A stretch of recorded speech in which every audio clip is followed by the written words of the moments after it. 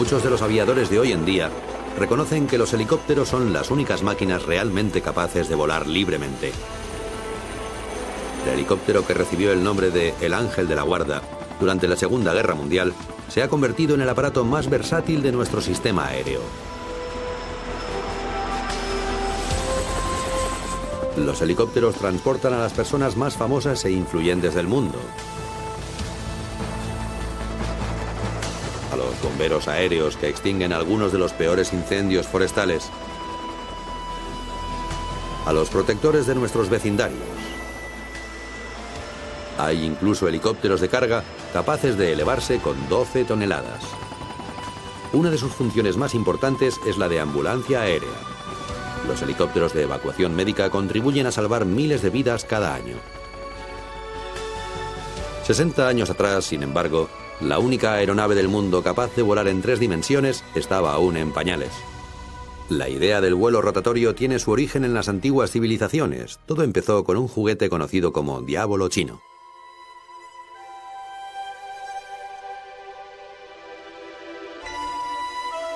A su paso por Europa, el diablo chino rápidamente fue objeto de la curiosidad popular. En 1463, incluso fue representado en varias pinturas, entre ellas La Infancia de Cristo, donde aparece Jesucristo con uno de estos juguetes en su mano.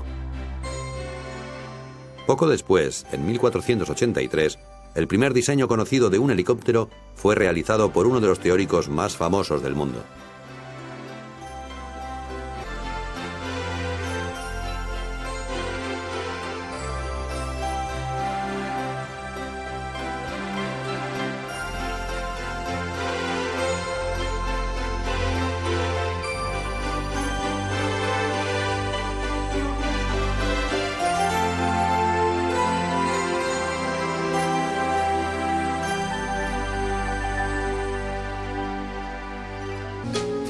Leonardo da Vinci estaba fascinado por el vuelo de las hojas de diente de león y de varios insectos y colibríes que se movían sin esfuerzo en el aire y eran capaces de girar y volar en cualquier dirección.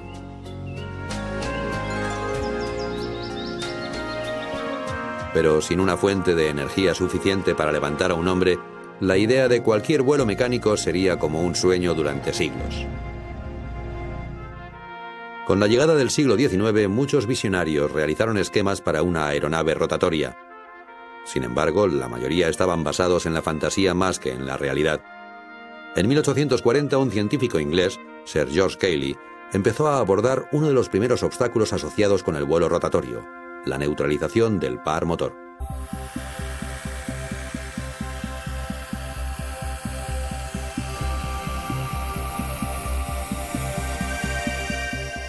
La respuesta de Cayley a este problema fue diseñar un helicóptero con 2 rotores situados uno frente a otro. Cada rotor giraría en dirección opuesta respecto al otro para neutralizar las fuerzas de par motor entre los dos. Pero Cayley nunca llegó a construir su aeronave rotativa. Sabía que una máquina de tamaño real basada en ese diseño nunca se levantaría del suelo. Varios años más tarde, en 1860, un ingeniero francés, Viscount Gustave de Ponton-d'Amécourt, estaba decidido a demostrar al mundo que el vuelo rotativo era posible. D'Amécourt construyó una aeronave rotativa en miniatura que utilizaba un nuevo método para neutralizar el par motor.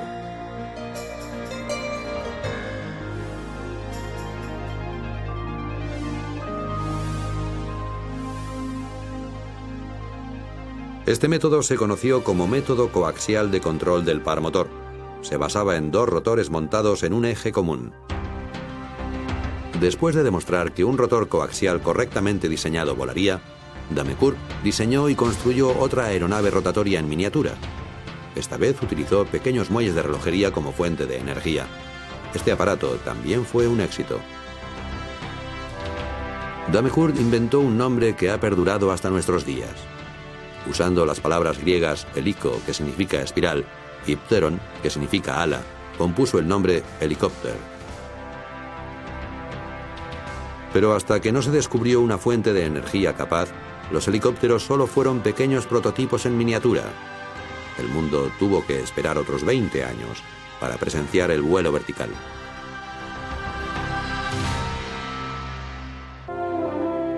En el siglo XIX hubo muchos intentos fallidos de diseño y construcción de aeronaves de alas fijas y de alas rotatorias. Sin embargo, estos fracasos no se debieron a la falta de conocimientos de aerodinámica.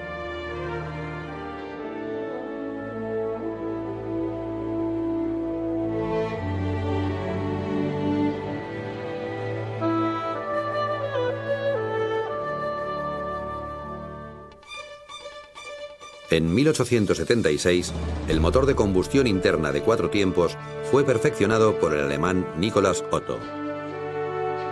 Con la llegada del siglo XX, la relación peso-potencia del motor de pistones alcanzó un desarrollo que hacía posible un vuelo mecánico, al menos en aviones.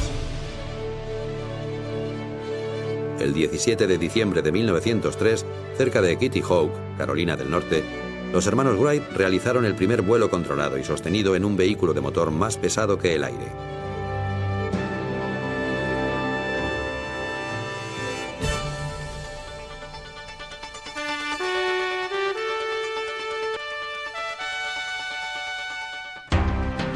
El 29 de septiembre de 1907, el pionero francés de la aviación, Louis Breguet, se convirtió en el primero en elevarse del suelo verticalmente.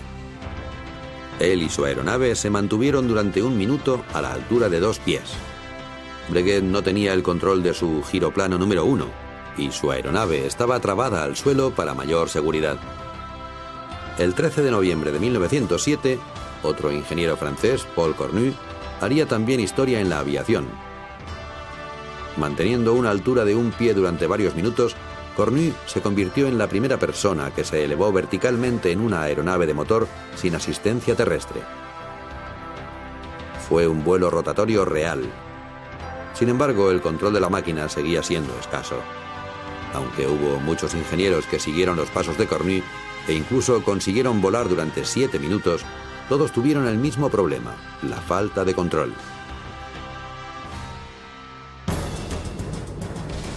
Por otro lado, en los años 20, los aviones del Servicio Aéreo del Ejército de los Estados Unidos realizaban ya sus primeros vuelos a escala mundial. Parecía que la tecnología del helicóptero había quedado atrás respecto a la del avión. En 1925, un ingeniero español, Juan de la Cierva, recuperó la idea del helicóptero para desarrollarla. Su invento, un nuevo tipo de aeronave, el autogiro.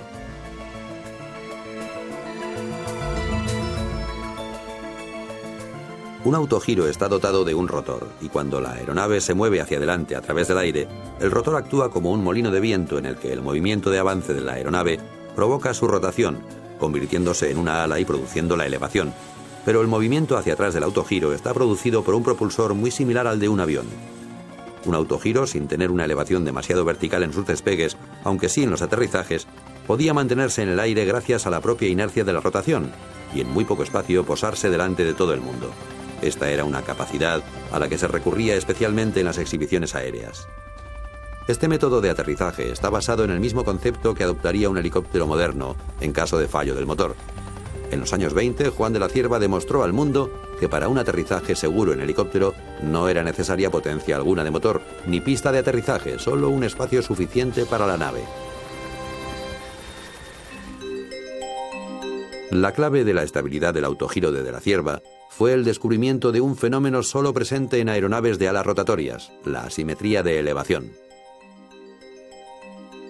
De la Cierva tuvo el mismo problema que muchos diseñadores de helicópteros. Sus aeronaves volcaban antes de elevarse del suelo. Esto sucedía porque las aspas de los rotores eran rígidas. Las aspas rotatorias nunca generaban la misma fuerza de elevación equivalente a sus revoluciones, y eso causaba un desequilibrio en la subida.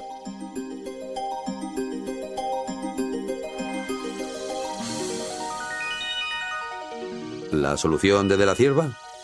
Uniendo cada aspa mediante bisagras, las dotó de capacidad para moverse a proa y a popa y arriba y abajo. Esto permitiría que las aspas del rotor encontrasen su propio camino en el aire.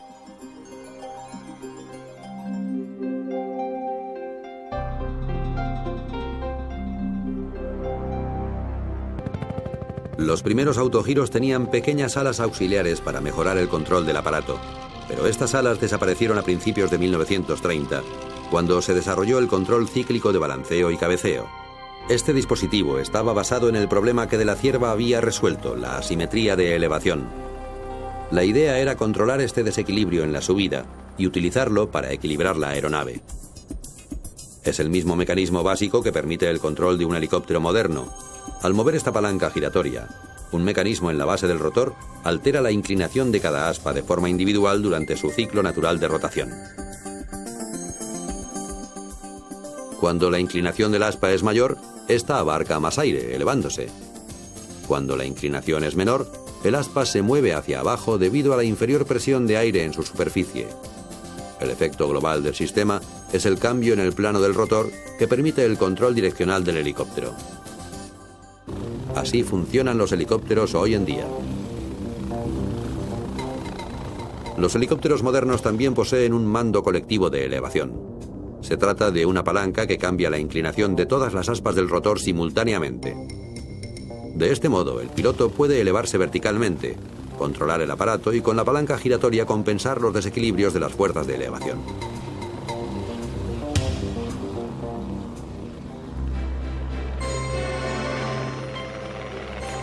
Gracias a estos desarrollos tecnológicos de los años 30, el autogiro tuvo un gran éxito. El diario Detroit Press usaba uno para situar rápidamente los reporteros en la escena de los sucesos más importantes. El Servicio Postal de los Estados Unidos inició por entonces los vuelos de prueba para sus entregas, e incluso hubo demostraciones en la Casa Blanca para el presidente Hoover, que dijo del autogiro: "Es el mayor logro de la aviación".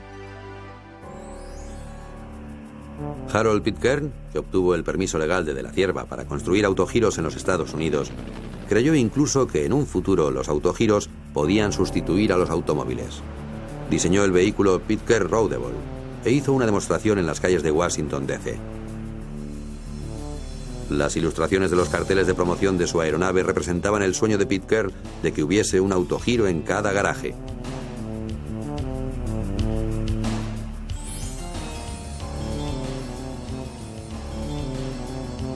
El destino del autogiro quedó sellado en diciembre de 1940, cuando su inventor, de 41 años, falleció en un accidente aéreo en Londres.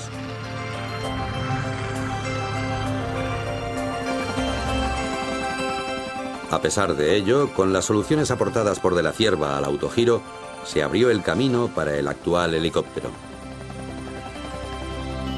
El mundo no tuvo que esperar demasiado. Dos hombres trabajando por su cuenta estaban a punto de llevar al helicóptero a la era moderna.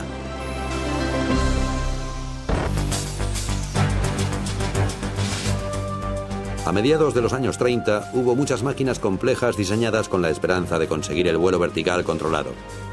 Solo algunas conseguirían algo más que volar a ras de suelo.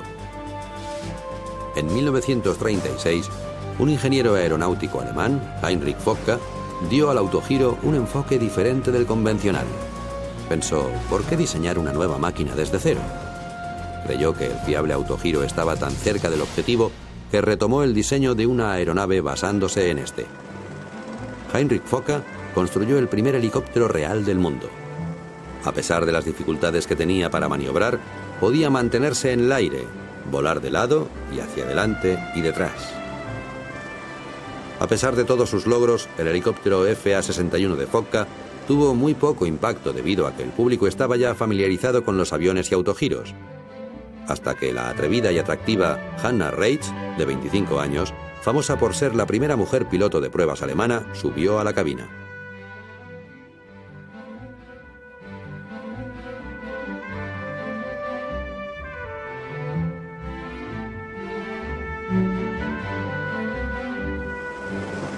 En febrero de 1938, Reitz realizó demostraciones del helicóptero de Focke en el estadio berlinés de Cavernous Deutschlandheim, cada noche durante 2 semanas.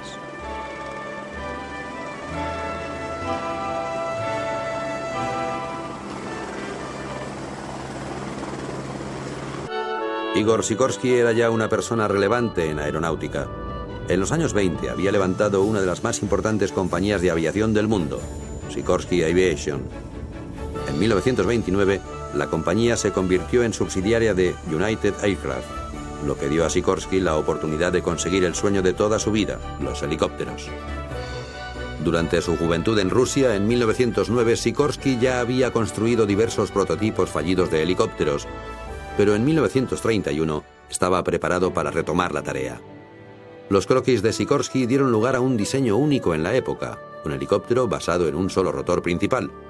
Hasta finales de los años 30, la mayoría de helicópteros que habían conseguido elevarse eran de diseño coaxial, es decir, con dos ejes, o tenían al menos dos rotores principales, como el helicóptero de Foka. Entre 1936 y 1938, Igor Sikorsky había llegado a la conclusión de que estos diseños no funcionarían y estaba empezando a desarrollar el equipo y la filosofía de diseño necesarios para un aparato de un solo rotor. El 14 de septiembre de 1939, Sikorsky inició cautelosamente los vuelos de prueba de su modelo VS-300 de un solo rotor principal. Mantuvo su aeronave atada al suelo mientras realizaba las mejoras pertinentes en su diseño. Concentrado en conseguir un modo de controlar su aparato, Sikorsky se centró en una configuración con un rotor de cola. Realizó innumerables pruebas, desde aeronaves sin rotor de cola hasta con 3 rotores.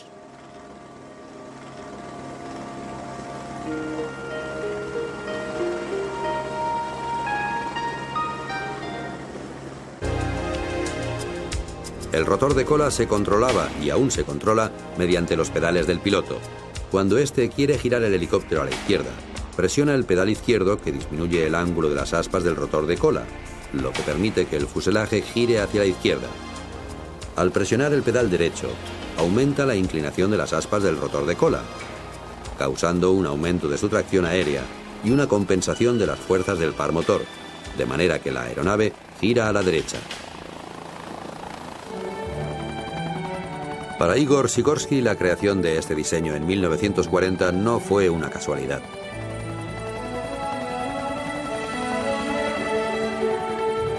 Realizó muchos vuelos de prueba que exigieron numerosas modificaciones, tantas que los mecánicos de Sikorsky apodaron al prototipo VS-300 como la pesadilla de Sikorsky.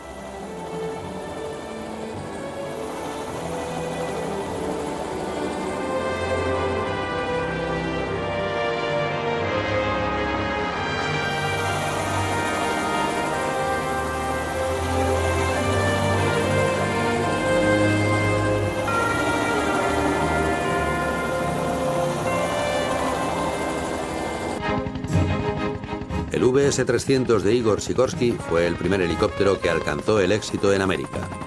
Su diseño y patente se convirtió en la base para los futuros helicópteros modernos.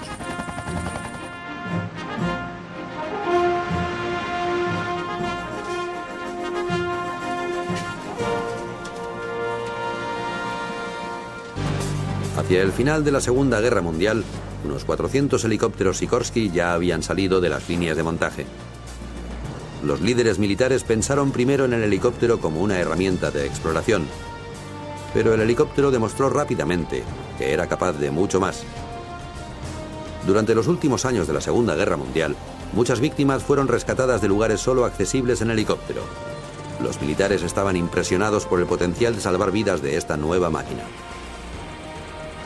El helicóptero había demostrado que podía ser una aeronave realmente útil, un ángel de la guarda de hélices rotatorias. Con los años, se convertiría en eso y mucho más, tanto en tiempos de paz como de guerra. Los pioneros del helicóptero tuvieron todos una cosa en común. No había un camino a seguir. La mayoría de los primeros diseños estaban basados en la intuición.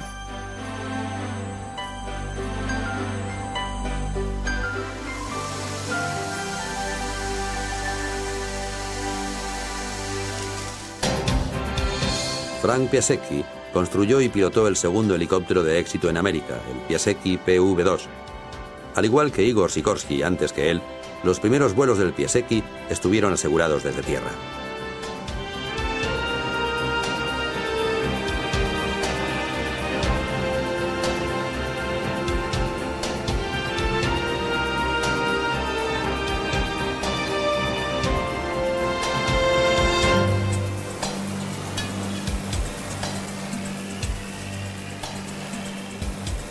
El helicóptero Piasecki PV-2 evolucionó hasta convertirse en una aeronave totalmente controlable.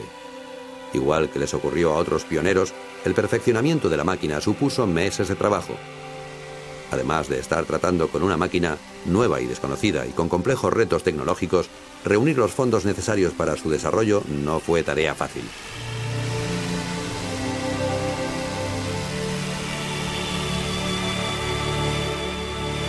Cuando las nubes de la Segunda Guerra Mundial empezaron a despejarse, más de 50 compañías estaban trabajando ya en el desarrollo de helicópteros, esperando conseguir financiación del gobierno. Fue Frank Piasecki quien atrajo la atención de la Marina.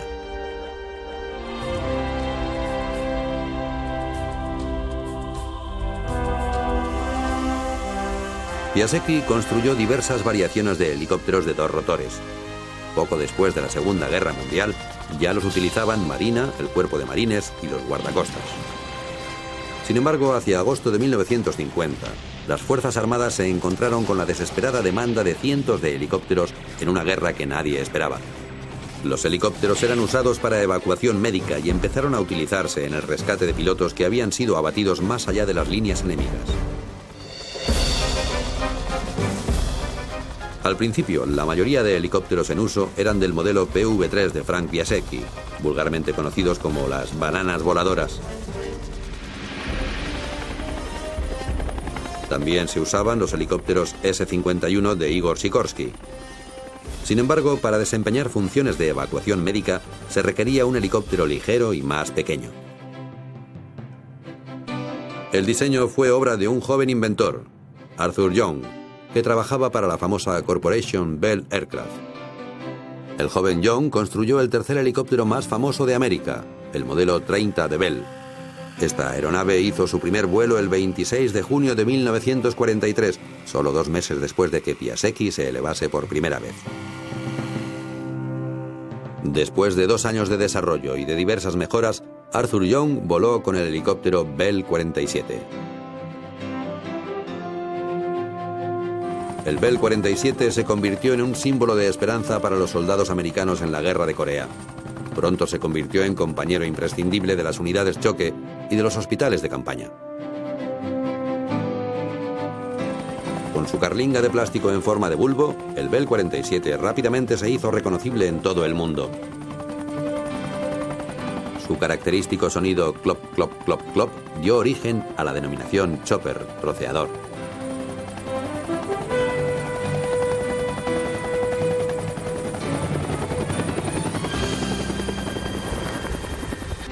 En 1953, la Guerra de Corea había terminado. Los helicópteros pronto se convirtieron en algo más que máquinas de exploración y rescate. Llegaron a ser un arma de guerra en un conflicto que fue conocido como la Guerra de los Helicópteros. Sin embargo, el encaje entre tropas y helicópteros en Vietnam aún se haría esperar. En la práctica, todos los helicópteros utilizaban motores de pistones que, debido a su peso y dimensiones, resultaban poco estables y resistentes. Al aumentar de tamaño, estos motores ocupaban demasiado espacio en la aeronave y a duras penas podían elevarse a sí mismos con la carga necesaria para el vuelo. En consecuencia, los militares adoptaron el motor de turbina. Se trata de una fuente de potencia que en los años 50 se encontraba aún en fase experimental. En los años 60, después de una serie de mejoras, el motor de turbina se fabricaba ya masivamente.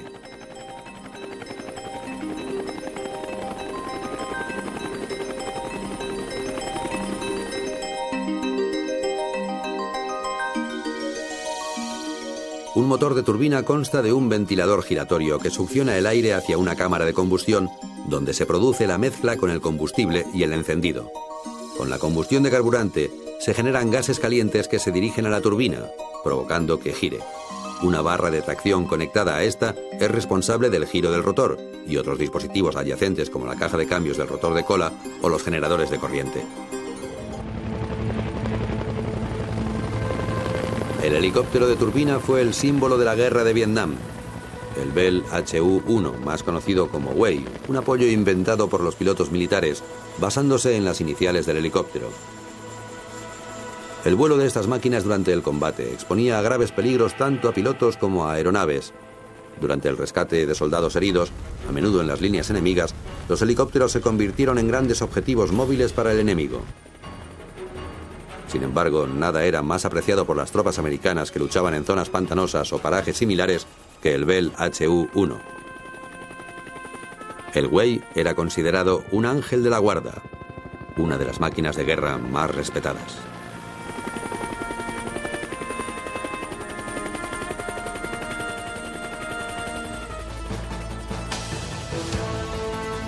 Hacia finales del conflicto de Vietnam, los helicópteros habían demostrado ser unas fieles y eficientes herramientas en la guerra. Pero pronto se vería que la función más esencial del helicóptero era el rescate, incluso en tiempos de paz.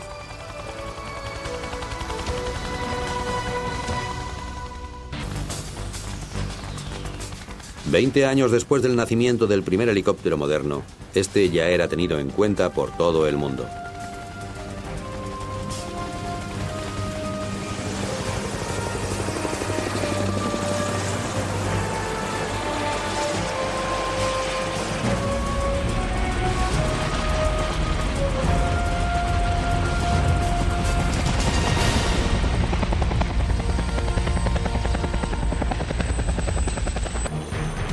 La última tecnología en helicópteros puede encontrarse en varias máquinas militares, como el Boeing Sikorsky Comanche. Esta máquina indetectable por el radar puede volar a velocidades de hasta 320 km por hora y ejecutar giros sobre sí mismo en 4 segundos y medio. El Comanche es capaz de volar lateralmente o hacia atrás a 112 km por hora, mientras el piloto usa su radar de última generación o los sensores de infrarrojos.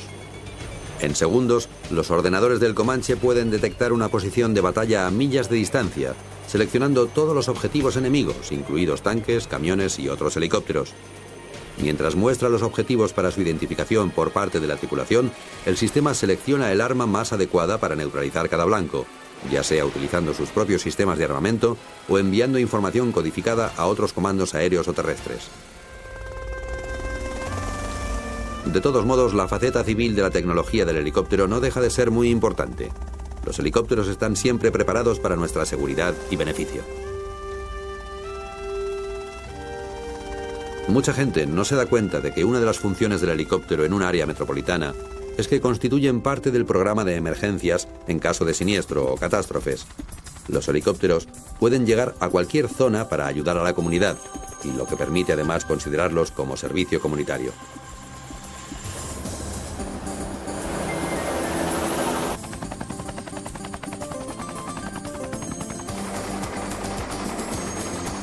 Los helicópteros también actúan como bomberos aéreos. Pueden acceder a suministros de agua pequeños mucho mejor que los hidroaviones. Estos monstruosos helicópteros grúa Ericsson pueden aspirar en muy poco tiempo más de 7.500 litros de agua y posteriormente lanzarla con gran precisión sobre el área afectada. Por otra parte, sin estas grúas aéreas, muchos proyectos industriales tendrían un coste superior en millones de dólares. Su impacto ambiental es mínimo, ya que no es necesario construir carreteras para trasladar materiales de construcción. Los helicópteros grúa Ericsson son de gran ayuda en la construcción de líneas de alta tensión, transporte de leña y traslado de maquinaria pesada. Esta unidad es uno de los primeros helicópteros no tripulados desarrollado para la policía y el ejército. Este Sikorsky Rotorcraft lleva un solo rotor principal protegido en el centro de la aeronave. Puede desempeñar gran variedad de funciones, incluyendo la filmación en directo y la transmisión a una estación base segura y aislada. Los helicópteros no tripulados pueden convertirse en algo común en un futuro próximo.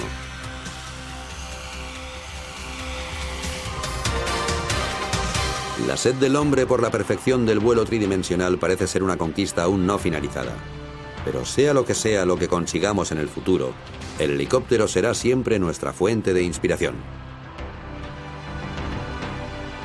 La característica que hace único al helicóptero es el hecho de que ha podido ser vivido por el hombre, cosa que se había considerado como un sueño hasta ahora.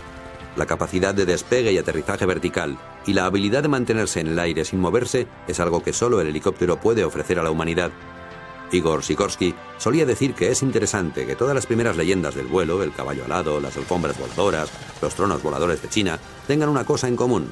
No necesitaban un aeropuerto, en todos los casos eran máquinas de despegue y aterrizaje vertical. Esta característica es la que se considera que hace del helicóptero algo único.